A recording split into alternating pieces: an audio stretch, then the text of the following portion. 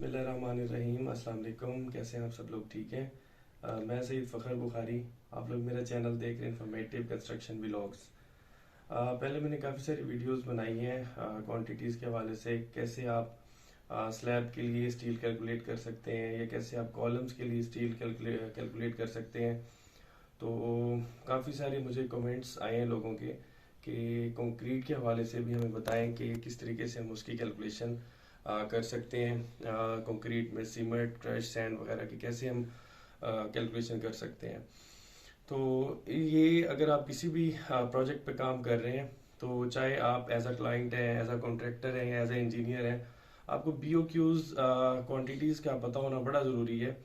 इसका फ़ायदा ये है कि आप अपने प्रोजेक्ट में जो आपकी कॉस्ट है, एक्चुअल कॉस्ट है, आप उस तक जो है उसको कंट्रोल कर सकते हैं। बाकी जो आपके एक्स्ट्रा खर्च होते हैं, मटेरियल की वेस्टेज है, उसको आप कंट्रोल कर सकते हैं। आप अपना जो मटेरियल है, आप अपनी कैलकुलेशंस करके एज पर ड्राइंग या एज पर प्रोजेक्ट आप उस हवाले से अपनी जो मटेरियल है आप उसको उस तरीके से मैनेज कर सकते हैं।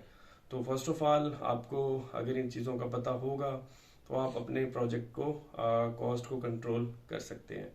आज जो है मैं एक राउंड कॉलम है आपको उसका एक तरीकाकार बताऊंगा, अगर आप उसकी क्वांटिटी किस तरीके से कैलकुलेट कर सकते हैं।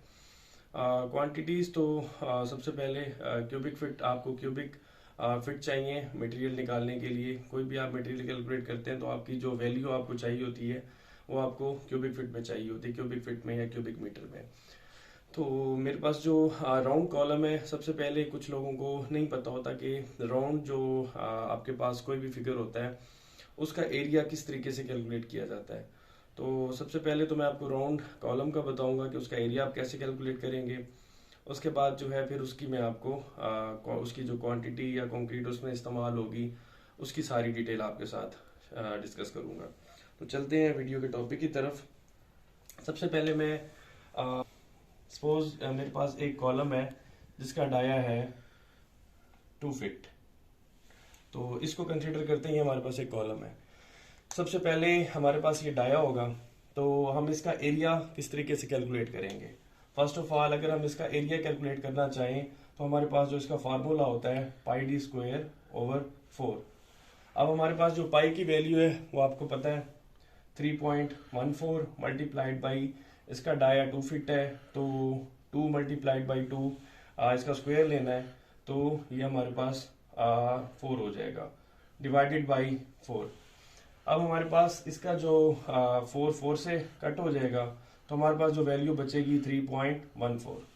तो इट मीन्स कि हमारे पास जो ये राउंड कॉलम आ रहा है इसका जो एरिया है 3.14 होगा। तो अगर हम इमेजिन करें कि हमारे पास एक कॉलम है, इसका हमने एरिया निकाल लिया है 3.14, उसका CFT हमारे पास एरिया आ गया SFT।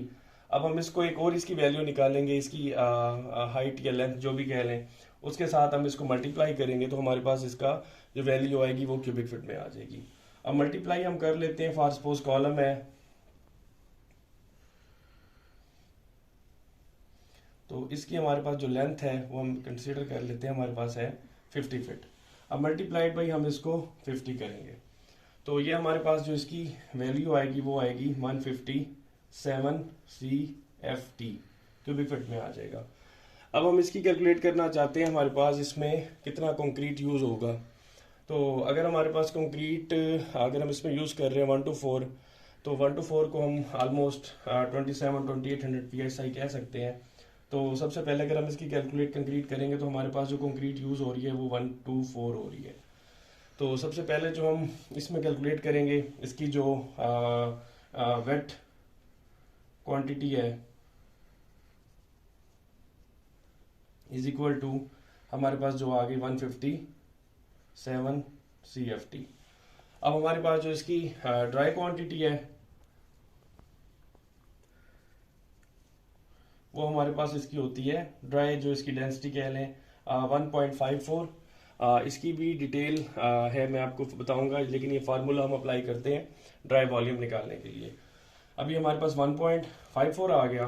अब इसको हम इसके ड्राई वॉल्यूम के साथ इसको मल्टीप्लाई करेंगे 157, जो कि हमारे पास पहले इसका क्यूबिक फिट हमने निकाल लिया हुआ है।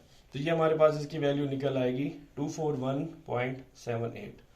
अब हमारे पास जो हम क्वांटिटी जो कंक्रीट की जो हम रेशो यूज कर रहे हैं 1:4, अगर हम इसको प्लस करते हैं तो हमारे पास इसका जो सम आता है वो 7 आता है।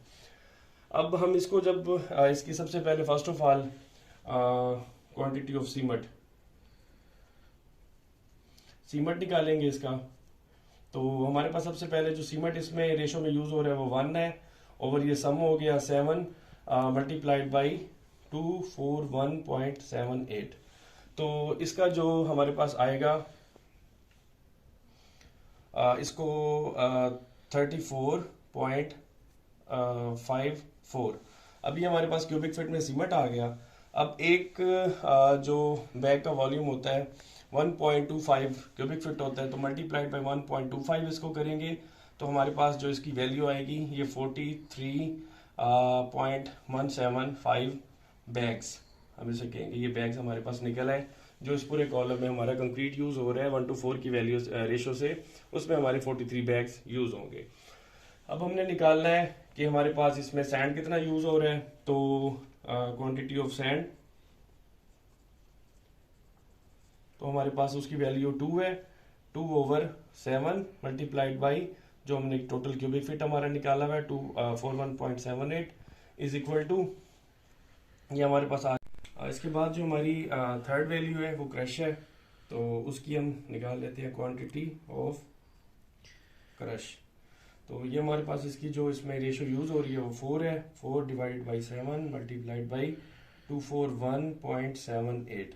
तो इसका जब आप कैलकुलेट करेंगे तो ये आपके पास निकलेगा 138 क्यूबिक फीट। तो ये इस तरीके से आप सारी वैल्यूज अपने निकाल सकते हैं। तो काइंडली चैनल को सब्सक्राइब ज़रूर करें ताकि नेक्स्ट जो है मैं आपके लिए वीडियोस बना सकूं, और कमेंट सेक्शन में कमेंट लाजमी किया करें ताकि मुझे आपकी तरफ से फीडबैक मिल सके, और जो है बेल है उसको लाजमी प्रेस किया करें ताकि नई आने वाली जो वीडियोस हैं वो आप तक पहुंच सके। Thank you.